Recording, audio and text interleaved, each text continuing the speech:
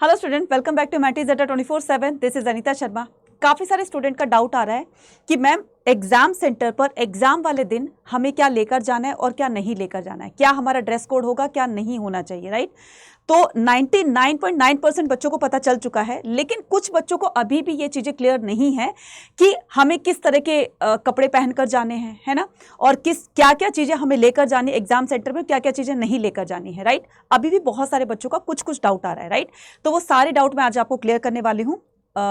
NTA की official website से निकाल करके आपको बताने वाली हूँ कि वहाँ पर क्या क्या चीज़ें मेंशन की है कि क्या आपको लेकर जाना है और क्या आपको नहीं लेकर जाना है, ठीक है। इसके साथ ही आपको मैं बताऊंगी कि क्या आपको ड्रेस कोड होना चाहिए एग्जाम सेंटर पर जाने के लिए, उस दिन आपको क्या पहनकर जाना है, ये सारी चीज़ें बताने वाली हूँ। तो इसके लिए वीडियो को लास्ट तक जरूर देखिएगा, और अगर आप चैनल पर नए हैं तो चैनल को सब्सक्राइब जरूर कीजिएगा, ठीक है। चलिए जानते हैं सारी चीज़ों को। तो यहाँ पर देखिए, यहाँ पर ये है एनटीए की exam.nta.ac.in, है ना। तो यहाँ पर इस तरह का एक वो दिया हुआ है, बिल्कुल क्लियर मेंशन किया गया है कि candidate must bring the follow documents on the day. तो आपको क्या क्या डॉक्यूमेंट्स लेकर जाने हैं, पहले तो हम उस पर बात करते हैं, ठीक है। तो क्या क्या डॉक्यूमेंट्स लेकर जाएंगे, इन डॉक्यूमेंट्स ये नहीं लेकर जाओगे तो आपको एग्जाम सेंटर में बैठने नहीं दिया जाएगा, इस बात का ध्यान रखना।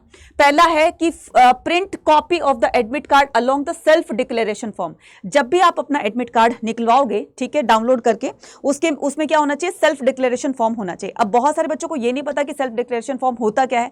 तो बच्चे उसमें ये दिया है कि कहीं आपको फीवर तो नहीं है, कहीं आपको कोविड तो नहीं है, कहीं आपको सर्दी जुकाम खांसी तो नहीं है, कहीं आपको स्टमक पेन तो नहीं है, हेडेक तो नहीं है, मतलब आप किसी बीमारी से ग्रसित तो नहीं है। तो वो सारी चीजें उसमें मेंशन की गई। अगर नहीं है तो नो कर दीजिएगा, अगर है तो फिर इसको यस कर दीजिएगा, और नीचे अपने सिग्नेचर करने होते हैं। ये होता है हमारा सेल्फ डिक्लेरेशन फॉर्म, ठीक है। उसके बाद क्या आ जाएगा, नेक्स्ट पर देखिए, 1 पासपोर्ट साइज फोटोग्राफ आपको क्या करनी है, एक पासपोर्ट साइज फोटोग्राफ्स लेनी है, लेकिन same as uploaded on the online application form. लेकिन वही फोटोग्राफ चाहिए जो आपने ऑनलाइन एप्लीकेशन जब फिल कर रहे थे, आप रजिस्ट्रेशन फॉर्म फिल कर रहे थे, उस टाइम जब वो फोटो आपने अपलोड की थी, तो वही फोटोग्राफ होनी चाहिए, right. For the pasting the specific space in the attendance sheet. तो जब ये अटेंडेंस शीट आपके पास आएगी ना, तो वहां पर जो इन्विजिलेटर होते हैं वही आपकी उसको फोटो को पेस्ट करेंगे वहां पर। वो आपका काम नहीं है, लेकिन आपको फोटो जरूर लेकर जानी है, ठीक है। तो ये हो गया, 2 फोटो लेकर जाइएगा। वैसे तो इसमें 1 मांगे, लेकिन आप एक एक्स्ट्रा लेकर जाइएगा, ठीक है।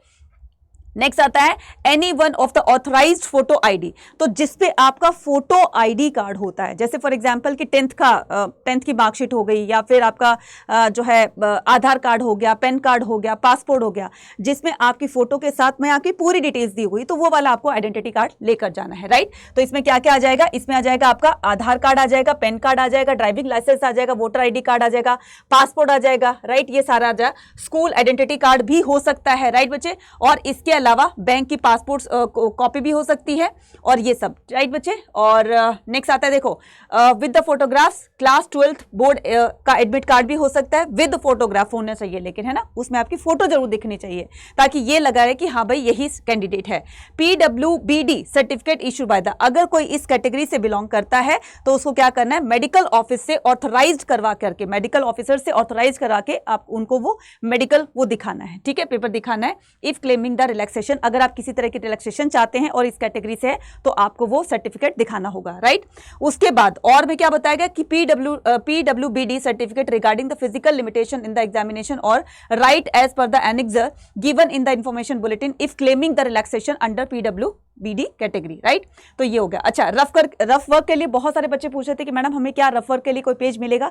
यहाँ पर क्लियर मेंशन किया गया है कि all the calculation writing work is to be done only in the rough sheet provided by the test of the examination room hall on the completion of the test. तो candidate must hand over the rough sheet to the invigilator on the duty in the room hall. वहीं पर आपको वो paper दिया जाएगा जिसमें आप maths के, जिसमें आप रीजनिंग के, क्वांट्स के आप क्वेश्चन सॉल्व करते हैं, जो भी आपका न्यूमेरिकल्स होते हैं उनके लिए क्वेश्चन सॉल्व करते हैं, तो वहीं पर आपको रफ शीट दी जाएगी जिसमें कि आप उसको वो कर सकते हैं। लेकिन जाने से पहले आपको वो रफ शीट अपने इन्विजिलेटर को हैंड ओवर करनी होगी, ठीक है। ये सारी चीज बताई गई। इसके अलावा जान लेते हैं कि क्या चीज नहीं लेकर जानी है, ठीक है, क्या चीज नहीं लेकर जानी है।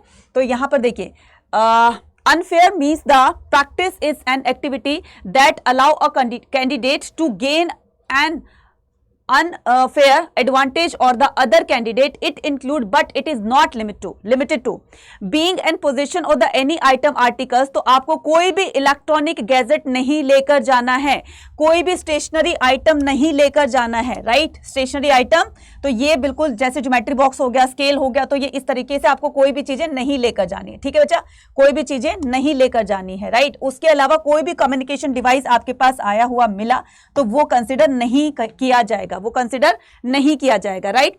तो accessories, edible items, even edible items भी नहीं लेकर जाने हैं, खाने पीने की चीजें भी नहीं लेकर जानी है। ऑर्नामेंट्स, अब काफी सारे गर्ल्स के यहाँ पर डाउट आ रहे थे कि क्या मैम हम इयररिंग्स पहनकर जा सकते हैं, नोज पिन डालकर जा सकते हैं। तो बच्चा थोड़ी देर के लिए अगर नहीं डाल के जाओगे तो क्या हो जाएगा, तो इन सब चीजों से दूर रहिएगा, ना ही डालकर जाइएगा तो भी अच्छा रहेगा।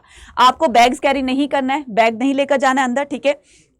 उसके अलावा क्या करना है, उसके अलावा जो पेन होता है, फॉर एग्जांपल कि आपका एक कलर पेन है, इसमें अंदर की इंक नहीं दिखाई दे रही है ना, तो आपको अगर पेन लेकर जाना है तो वो आपका ट्रांसपेरेंट होना चाहिए, ट्रांसपेरेंट होना चाहिए।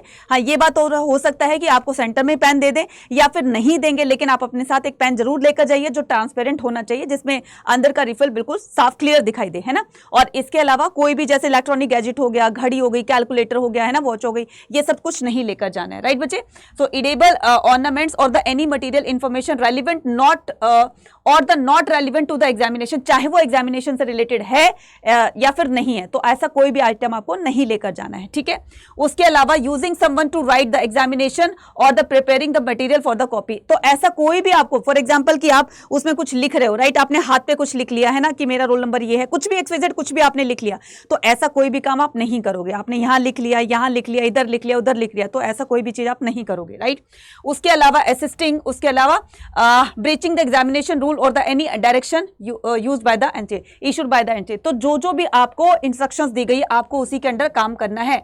Assisting the other candidate engaging in the malpractice given और receiving the assistance of any kind of the directly और द इनडायरेक्टली और अटेम्प्टिंग टू डू, तो आपको डायरेक्टली इनडायरेक्टली कैसे भी करके आपको कोई भी इलीगल वर्क नहीं करना है अकॉर्डिंग टू NTA, राइट, जो उन्होंने बताया गया है। यूजिंग और the attempted to use any other desirable method और means of connection with the examination, तो कोई भी आपको एग्जामिनेशन से रिलेटेड आपको किसी तरह का कोई भी मेथड फॉलो नहीं करना है जो उनको ये लगे कि ये जो है ये एग्जाम से रिलेटेड है, वो इस चीज को यूज कर सकता है जिससे कि वो उनके काम आएगा, तो आपको इस तरह की कोई भी चीज नहीं लेकर जानी है, ठीक है।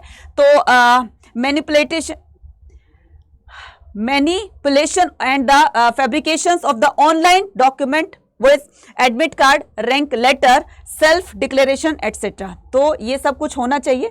नेक्स्ट आता है आपके पास creating the obstacle in the smooth and the fair conduct in the examination, तो आपको कोशिश करनी है कि बिल्कुल स्मूथली तरीके से, और इधर उधर नहीं देखना है कि बार बार ताका झाकी कर रहे हो इधर उधर से, तो ये सब कर रहे हो, तो ऐसा कुछ नहीं करना है आपने जिसकी वजह से उनको ये लगे कि ये जो है थोड़ा सा चीटिंग के बोर्ड पर है, तो चीटिंग करने के चक्कर में है ये, तो ऐसा कुछ भी आपको नहीं करना है, ठीक है। तो ये सारा कुछ दिया गया है। In the position of the bits of the paper, तो बैठते टाइम ना आपको अपने आसपास में देखना है कि भाई कोई पेपर तो नहीं है, हालांकि वो आपका नहीं है, लेकिन आपको चेक करके बैठना है कि मेरे आसपास में कोई पेपर बिट्स तो नहीं है, कोई पेपर का कोई भी पेज कुछ भी बड़ा हो तो पहले अपना इन्विजिलेटर को बता दो कि भाई ये मेरे पास पेपर पड़ा हुआ है, तो ताकि आपके ऊपर कोई इस तरह की प्रॉब्लम आपको ना फेस करनी पड़े, राइट बच्चे। तो ये सारी चीजें बताई गई है। अब कुछ और इंफॉर्मेशन जो आपको एग्जाम सेंटर से पहले जो आपको फॉलो करनी है वो ये है कि एग्जाम सेंटर में आपको क्या करना है, आपको आपको एग्जाम सेंटर में 1 से 1.5 घंटे पहले, यहां पर देखिए 1.5 hours before the commencement of the examination, आपको 1 से 1.5 घंटे पहले जो है वो एग्जामिनेशन सेंटर पहुंच जाना है, ताकि आपकी जो भी मतलब जैसे कोई होता है कि उनके जो सेंटर्स होते हैं वो कभी बहुत दूर पड़ जाते हैं ना, तो उनको क्या करना होता है, बस में जाना होता है, बस से जाना होता है, ट्रेन से जाना होता है या कार से जाना होता है, तो जैम की प्रॉब्लम आ जाती है ना, हैवी जैम होता है तो धीरे धीरे मूव करता है, तो आप वहाँ पर लेट पहुँच जाओगे तो फिर आपको एग्जाम में नहीं बैठने दिया जाएगा ना। तो कोशिश करना कि अपने घर से जल्दी निकलो और 1-1.5 घंटे पहले ही वहाँ पर पहुँच जाओ, राइट। उसके बाद क्या करना है, candidate should take their the seats, तो जो भी आपको सीट अलॉट की जाएगी है ना, वहाँ पर आपने देखा होगा वहाँ पर रोल नंबर्स वगैरह जगह जगह लगे रहते हैं, वहाँ पर आपको कुछ करने की जरूरत नहीं, घबराने की जरूरत नहीं है, वहां पर जगह जगह आपको पर्सन्स वहां पर जो भी टीम होती है वहां पर खड़े होंगे, तो आपको गाइड करते रहेंगे, आपको इस तरफ जाना है, आपको इस तरफ जाना है, रोल नंबर यहां पर रखे हुए हैं तो अपने रोल नंबर मैच कीजिए, आपको उस रूम में जाना है, इस फ्लोर पर जाना है, तो वो सारा आपको गाइड करते रहेंगे, ठीक है। घबराने की बिल्कुल भी जरूरत नहीं है, ये सारी चीजें आपको बताते रहेंगे, राइट। उसके बाद क्या करना है कि इमीडिएटली ओपनिंग द एग्जामिनेशन, हाँ, तो जो भी आपको सीट अलॉट की गई है तो अपने एडमिट कार्ड में रोल नंबर जो आपका लिखा होगा ना, उससे अपनी सीट के नंबर को आपको मैच करना है और आप अपनी गिवन सीट्स को आप जो भी आपको अलॉट की गई है वहां पर बैठ जाइएगा।